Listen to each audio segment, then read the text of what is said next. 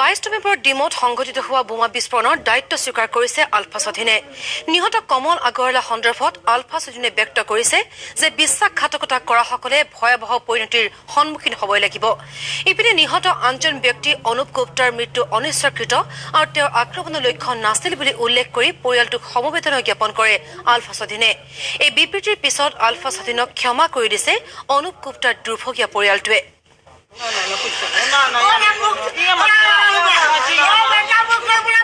ডিমোৰ দুৰ্ভাগ্যজনক বিস্ফোৰণে প্ৰাণ কাঢ়ি নিয়া দুয়োটা পৰিয়ালৰ ঘৰত আজিও উঠি আছে কান্দোনৰ ৰোল।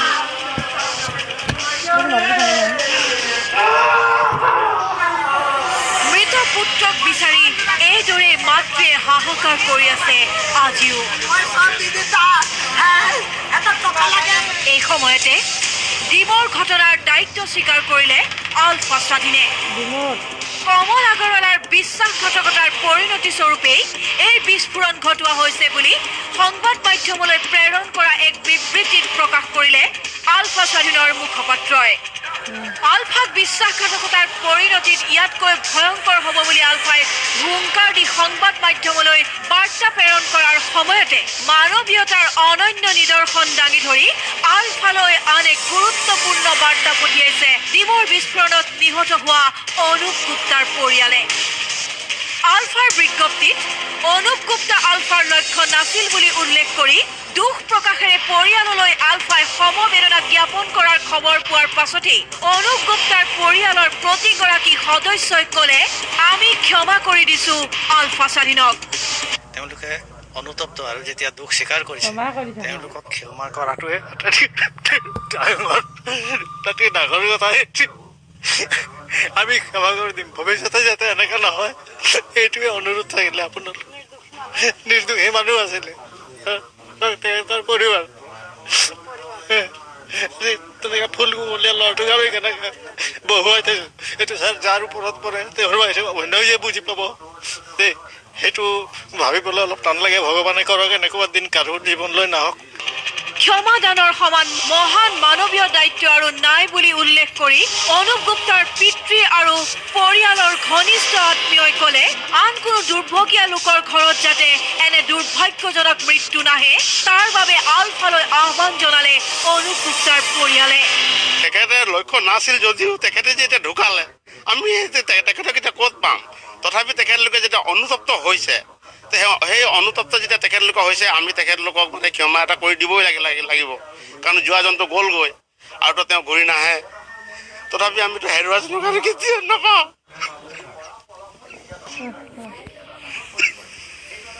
যাতে আৰু এজন যাতে তেনেকে নিৰপৰাধী খাটি খোৱা মানুহ যাতে মৃত্যু মুখত নপৰে ভৱিষ্যতে।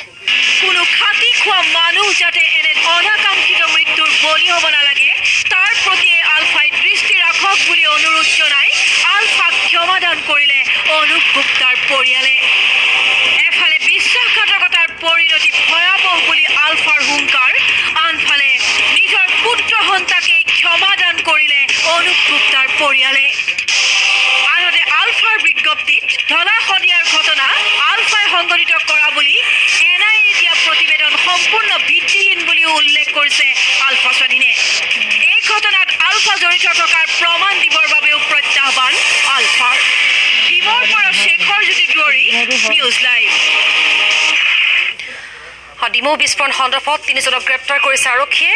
মানস চাংমাই, প্ৰভাত খনিকৰ আৰু কিশোৰ পেটেল নামৰ 3জনক গ্ৰেপ্তাৰ কৰিছে আৰক্ষীয়ে। ধৃত কিশোৰ পেটেল ডিমোৰ এটা পেট্ৰল পাম্পৰ কৰ্মচাৰী। বৃহস্পতিবাৰে নিশা সংঘটিত ID বিস্ফোৰণত নিহত হৈছিল ব্যৱসায়ী কমল আগৰৱালা আৰু অনুপ গুপ্তা নামৰ এজন লোক। কমল আগৰৱালাৰ চাইকেলৰ দোকানৰ সন্মুখতে সংঘটিত হৈছিল এই বিস্ফোৰণ।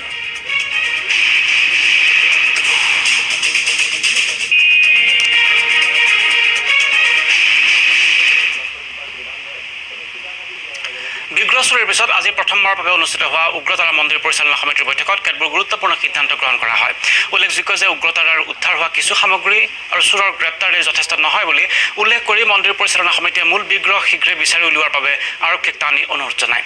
বিকল্প বিগ্ৰহ স্থাপন সন্দৰ্ভত মন্দিৰৰ সাধাৰণ পৰিষদৰ বৈঠক আহ্বান কৰাৰ সিদ্ধান্ত গ্ৰহণ কৰা হয়। উল্লেখযোগ্য যে আৰক্ষীয়ে বিগ্ৰহ বিচাৰি নাপালে এটা বিকল্প বিগ্ৰহ স্থাপন কৰিবলৈ সাধাৰণ পৰিষদৰ মোহৰৰ প্ৰয়োজন হ'ব।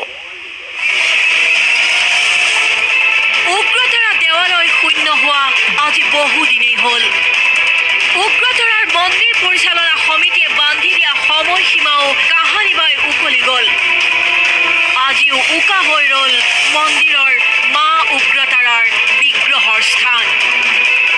এতিয়া মন্দিৰত বিকল্প বিগ্ৰহৰহে চিন্তা চৰ্চা। বিচাৰি নাপালেতো আমি নিশ্চয় কিবা এটা কৰিব লাগিব।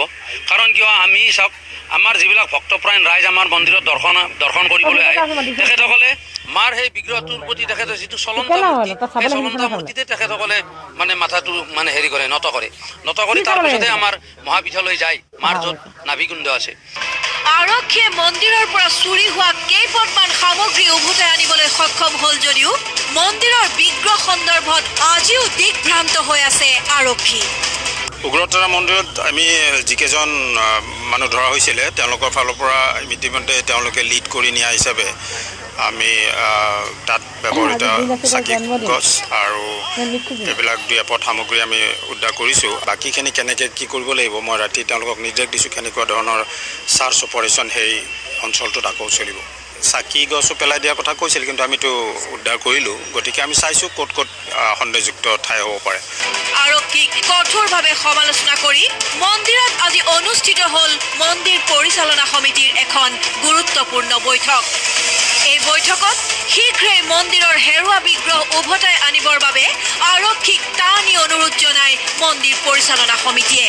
উচ্চ ন্যায়ালয়ত আমি এখন ৰিট পিটিশ্যন দিয়াৰ কথা আলোচনা কৰা হৈছে। আজি সৰ্বসন্মতি এইটো সিদ্ধান্ত লোৱা হৈছে। ৰিট পিটিশ্যনৰ এটাই উদ্দেশ্য, যাতে এই যিটো কেছ অসম আৰক্ষীয়ে যদি অপৰাগত প্ৰকাশ কৰে তেতিয়াহ'লে অপশ্যনটো কি চাম, সেই অপশ্যনকে আমি ইতিমধ্যে ৰিট পিটিশ্যন এখন দিয়াৰ কথা চিন্তা কৰি যাতে কেন্দ্ৰীয় অনুসন্ধান